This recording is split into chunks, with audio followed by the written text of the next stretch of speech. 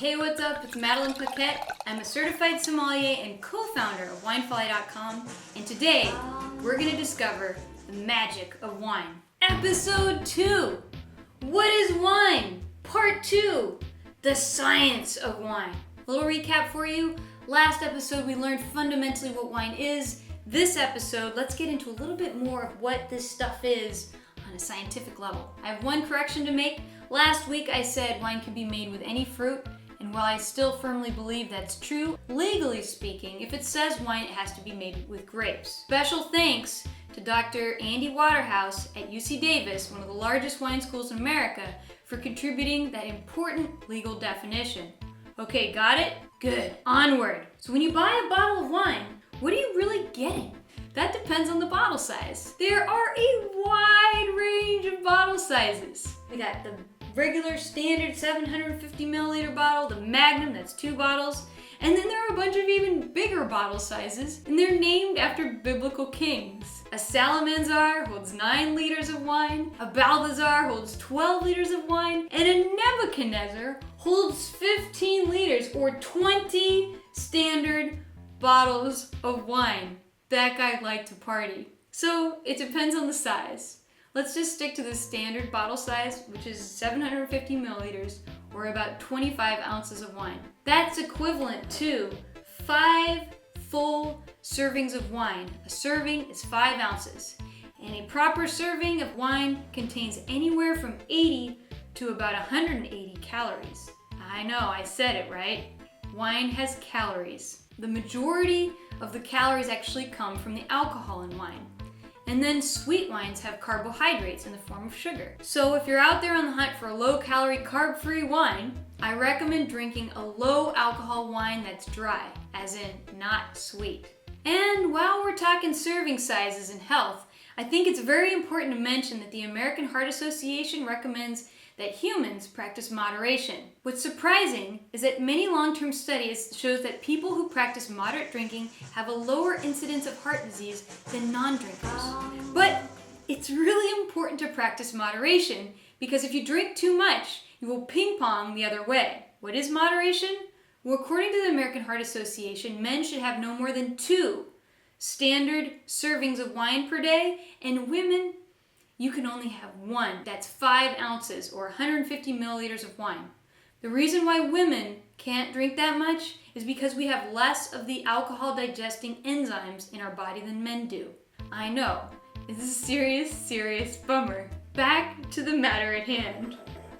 What is this stuff in my glass? Well, most of it is water.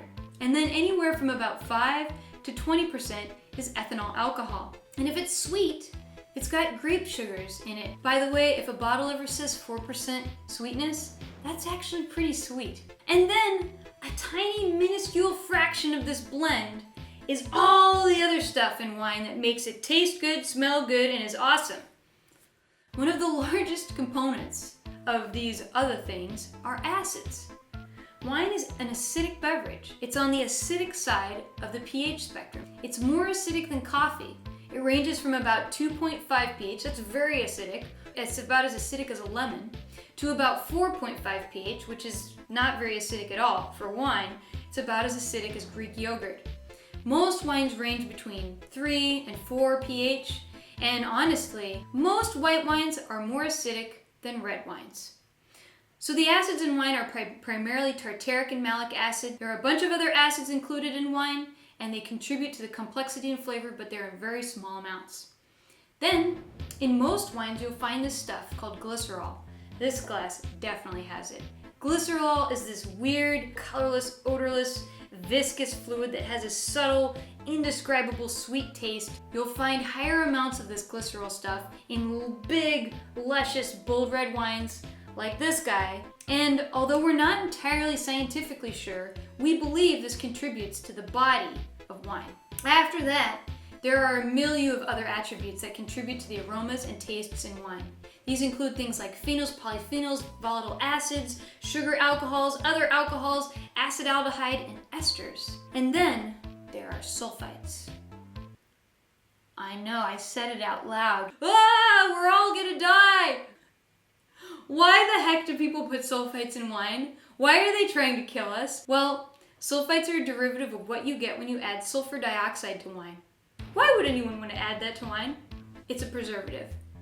Wines that don't contain sulfites, and there are a few that don't, are highly perishable. Sulfites slow oxidation and other chemical reactions which cause wines to go bad. They cause them to brown, they cause them to discolor, they cause them to smell like acetaldehyde and just turn into vinegar. Despite what you might have heard, sulfites are not actually the thing that's giving you a wine headache. Honestly, the leading cause of wine headaches is dehydration. Drink more water. Wines that are labeled contain sulfites contain over 10 parts per million, that's milligrams per liter, all the way up to 350, that's the legal limit. And most wines range in sort of like 50 to about 100 milligrams per liter. And for comparison's sake, a can of soda has like 350. And so do nearly all bottled fruit juices. It's even in jams and jellies, it's found in maple syrup, you can find it in breads, frozen crab, shrimp, and lobster, deli meats, cured meats, and even coconut flakes.